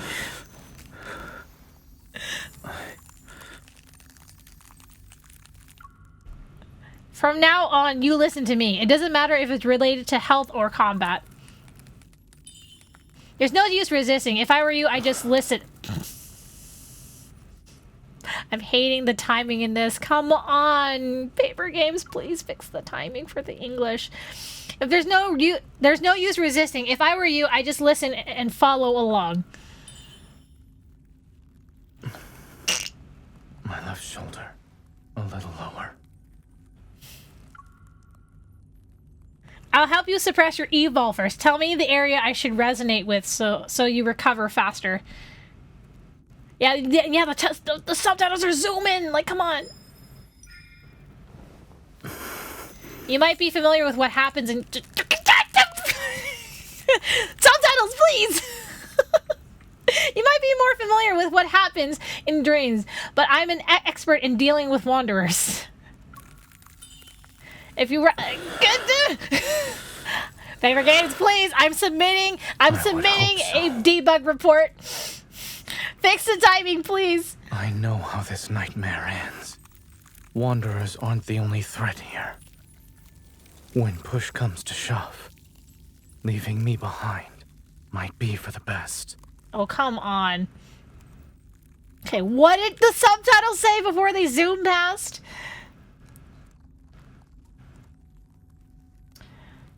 If you rush in head first again, I won't save you. Okay, got it. Oh my god. I don't like using the pause button though. It ruins like the flow of the Hold his hand. Hand holding. Hell yeah. I always keep my word. Fucking yeah. If I do something that ends up hurting you, don't go easy on me.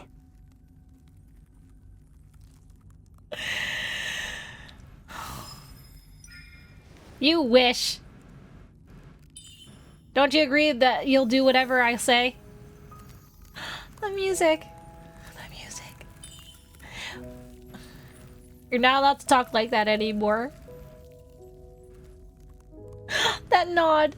So cute. Wait, this is... Oh shit. Zayne, be careful. Wait, what? Wait, what's happening? What happened? Wait, what? When did this happen? Excuse me?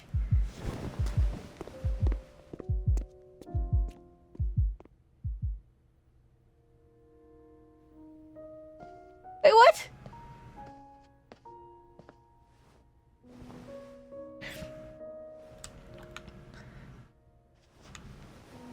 Letting you step into this nightmare, perhaps was another mistake.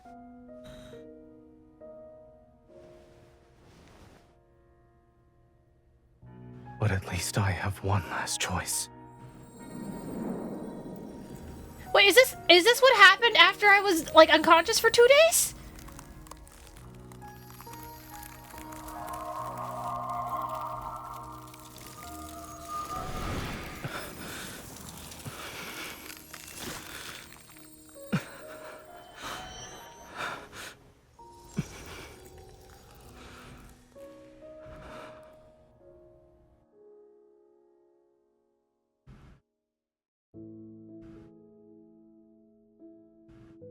As I gather my thoughts, the weary face before me momentarily merges with the blurry image of Zayne in my fragmented memories, but they immediately separate.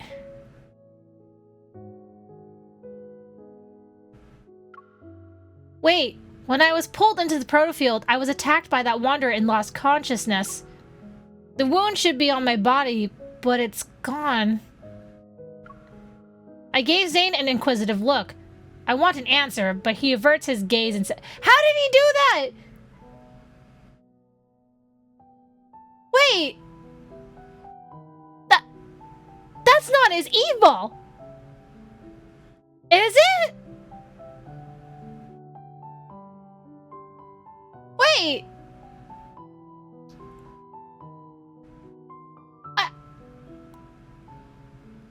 Wait, that was him essentially healing her. Zayne is a lot more powerful than we thought, guys. Like, holy crap. Zayne, what did you do while I was unconscious? Zayne, what did you do while I was unconscious? Is this why you're losing control of your evil?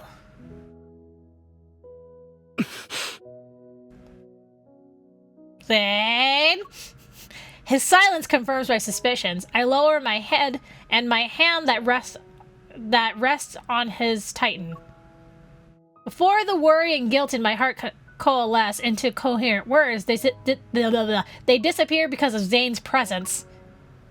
He lowers his head and his chin rests on the top of my head. You're my hunter escort, correct? Protecting you was protecting myself.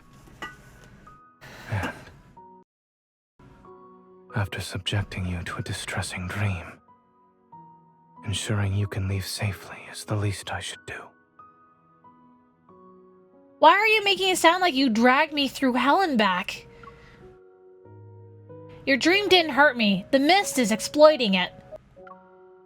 What if the Wanderer wasn't the only source of danger? You've seen how bleak and oppressive this dream is. As you said, it's not exactly being nice to me. Perhaps the dream itself is the real threat here. Zayne talks slower, enunciating each word with a gentle tone. It's as if he's trying to calm his simmering inner turmoil. I realized something. After we entered the protofield that's based on Zayne's dream, he's been acting more hesitant. Could it be... Zayne, this nightmare is more than just a dream to you, right? I sense his hand subtly move, a testament to its master's emotions that are always restrained. A dream remains a dream so long as you wake up from it. But when that day comes, when I can't wake up. Are you worried you'll be trapped in your dreams, or that your dreams will encroach on reality? If that day ever comes...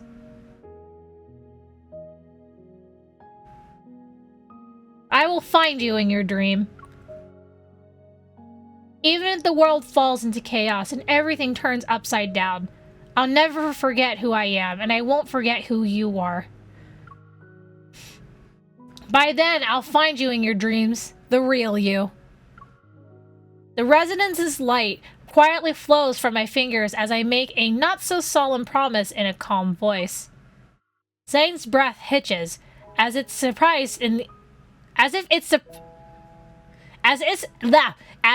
it's suspended in the air for a while. Then he exhales, his breath carrying the weight of unspoken sentiments. If all else fails, I'll bury you in the body of a snowman. You'll be a super big snowman. MC, please!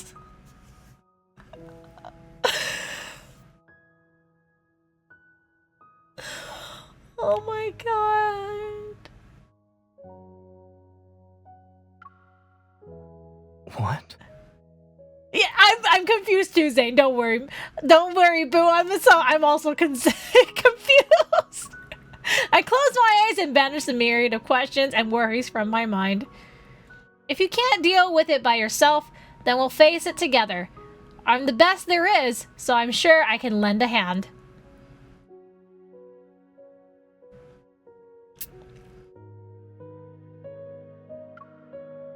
I see your problem-solving skills are more on the straightforward, brutal side.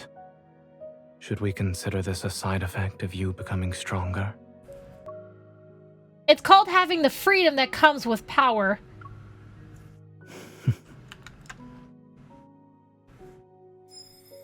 Purify.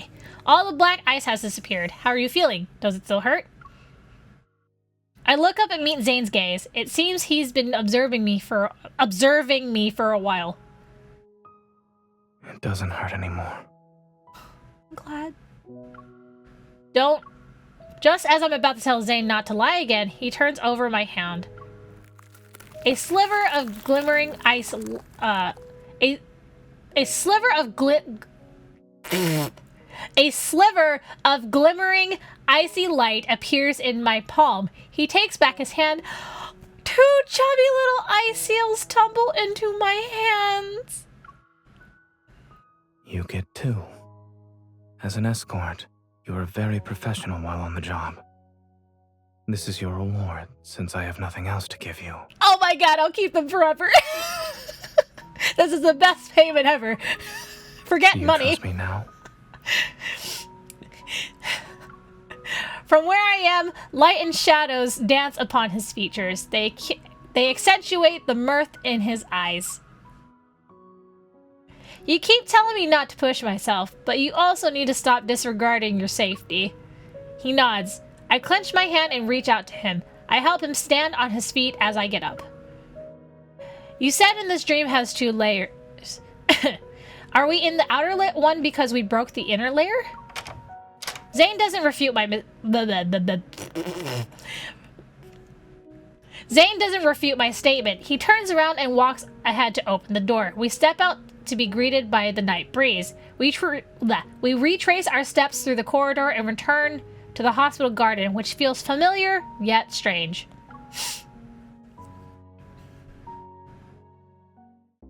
A mutated wanderer's protofield defies normal logic. It could be hiding anywhere. Outside the hospital, skyscrapers rise like towering concrete trees in a forest. Meanwhile, the rest of the city stands in eerie silence. I can use my Evo to return the protofield to its original state. Negative consequences born from mistakes don't need to be fixed. The sky swiftly darkens, as if time itself has been accelerated. We have no choice but to destroy this place. Wait, you're evil. We'll do it together. Okay. Are you ready? Let's go. Black snowflakes drift from our interlocked fingers. The night wind momentarily suspends before swirling into a frenzied flurry once more. Underneath our feet, a vast expanse of ice crystals blossoms. The ground, the buildings, and even the particles floating in the air were all ensnared by one swift spread of the chilling night, wrapped in its icy embrace. In an instant, the entire world froze into a black amber. A rift violently tears through the fabric of this space. The Wanderer can't hide anymore. It screeches and reveals its true form. There it is. Let's go. Oh, are we going to go into a fight? Zayne's coat flutters wildly in the wind. Amidst nightmarish darkness, an icy glimmer materializes in his hand. Let's end this before the breaking dawn arrives.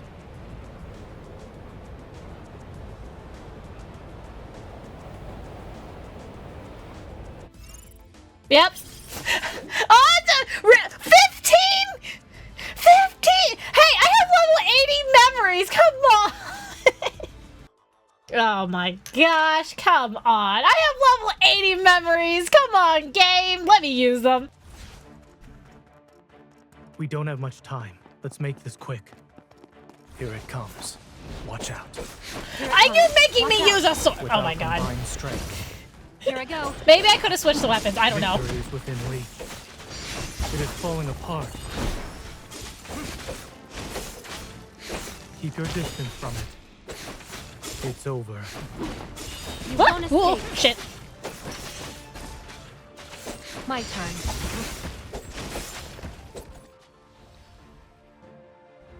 Whoa! Miss! It's your turn. No problem.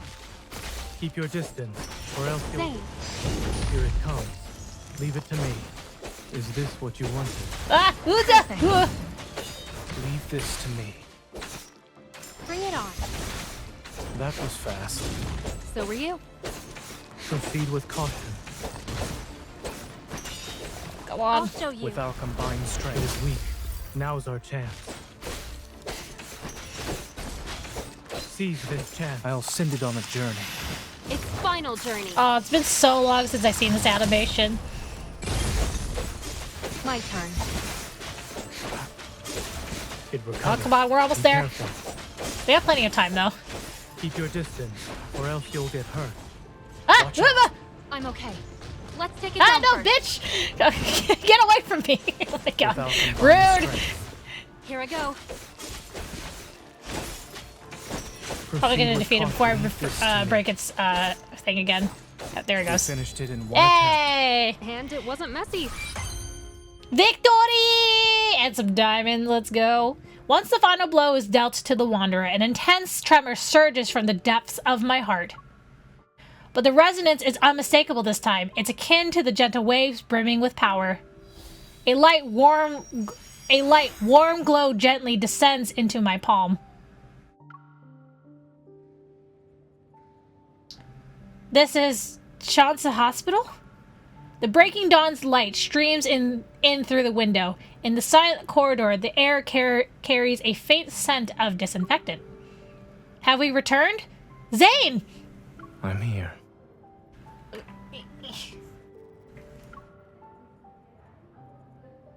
As my hand is tenderly squeezed, I turn my head. Zayne is next to me. Wait, I need to double check. Are we still in the protofield or are we in reality? Turn around first. Wait, what? Wait, what?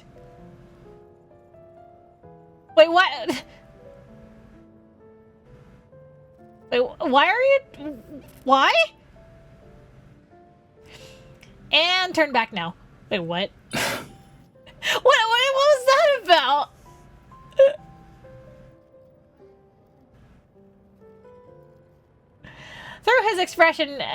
Though his expression has a bit of helplessness, Zayne still complies. Are you double-checking or making me play a game of turnaround? I'm confirming that Dr. Zayne is the person with me right now. Wait, what? A burst of laughter erupts from deep within me, but in the very next second, I collapse onto the ground. His arms immediately extend to steady me. Are you alright? I'm fine. I reach out, but stop once I realize I'm holding something. I open my hand to see a protocore fragment. It emits a faint green glow. A fragment of the ether core? At least our effort wasn't for nothing. You're back. Wait, did I just absorb more energy from an ether core? Oh, man. Dr. Zayne. Now I have 3 pieces in my heart. Ah, shoot. Captain Willow and the others rush over from the opposite end of the corridor. Their expressions reflect a mixture of relief, joy, and concern. Are you two okay? You're not hurt, are you? It's been 3 whole days since you were trapped in that Wanderer's proto-feed. Everyone's been worried sick. 3 days! 3 days! Like, oh my god. From Captain Willow, I learned that exactly 3 days had passed since we entered the peculiar proto-field. The patient had been relocated to a secure ward and is now out of danger following resuscitation. During this time, the entire hospital was being protected by Chance City's hunters, who carried out a thorough investigation. By the way, we discovered a strange device while investigating the ICU. Strange device?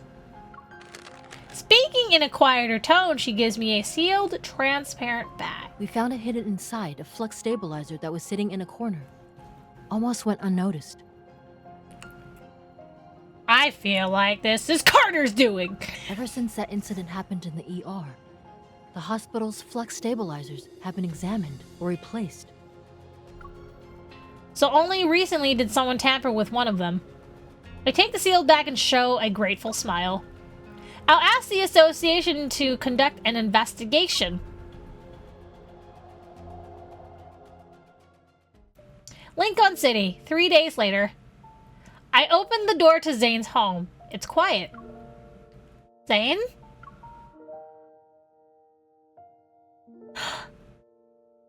I tiptoe into the living room. Zayne is peacefully sleeping on the couch. He's finally getting some sleep!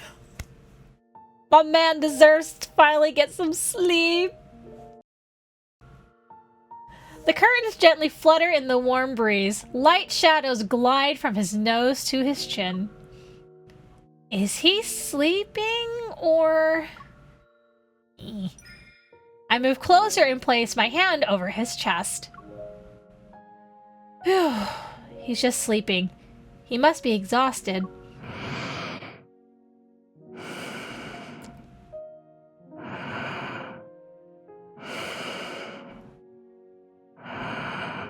Guys, he's sleeping.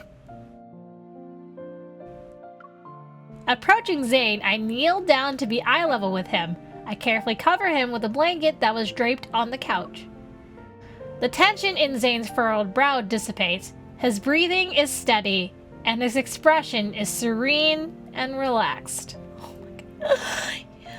Our man's getting sleep. Let's go.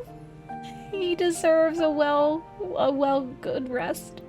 I look at his face, the thoughts in my mind racing as I reflect on the whirlwind of events that have unfolded recently.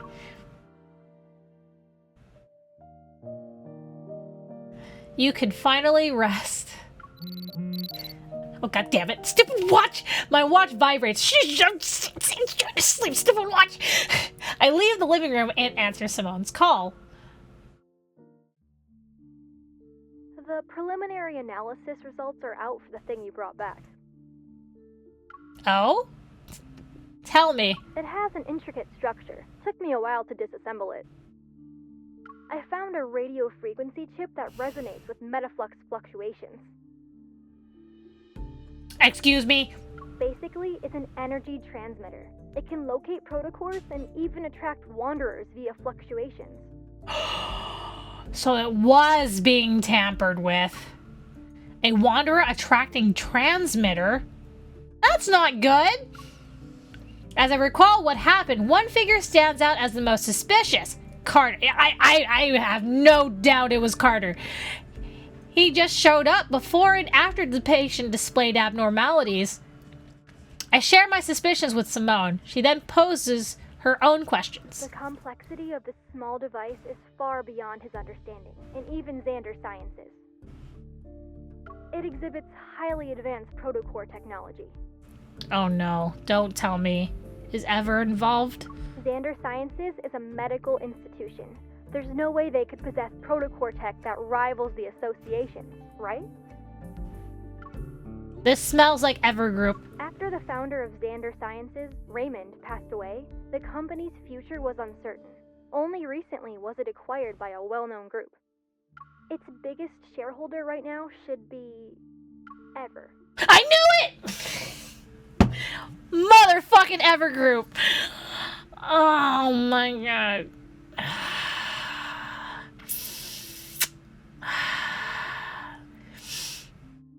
Xander Sciences got acquired by Ever Group.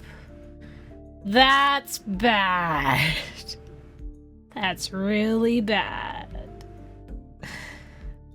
Really, really bad. And thus, another page is written. Oh my god. It is at that moment, a fragmented piece of information in my mind gradually lock into place and form a cohesive image. Carter mentioned the patient at Shansa Hospital had been undergoing long-term treatment at Xander Sciences. Raymond, Raymond's the founder, right? Raymond, the founder of Xander Sciences, was in a similar situation. If the peculiar crystal in the operating room and the monsters in the N109 zone come from the same source, that means Ever is creating monsters. Yep. Evil. They even start with an E. They both start with E, therefore they are definitely evil. Yeah, it's not just a company either. It's the biggest company. Once again, Zayne finds himself chasing after that familiar figure. Oh no. Under radiant the scene's different. Under radiant sunlight, cicadas chirp in the background while the pristine azure sky stretches as far as the eye can see. The sun sits on the edge of the city's high-rise buildings. The girl turns to him. She smiles. At least he caught up to her. Finally. He holds out his hand to the girl, and she firmly grasps it. No! Come on! Yet the two find themselves tumbling back. It doesn't seem like endless empty. No! Come on! Black crystals emerge from his palm. They encroach on the girl's forearm. Sunlight is engulfed by darkness once more.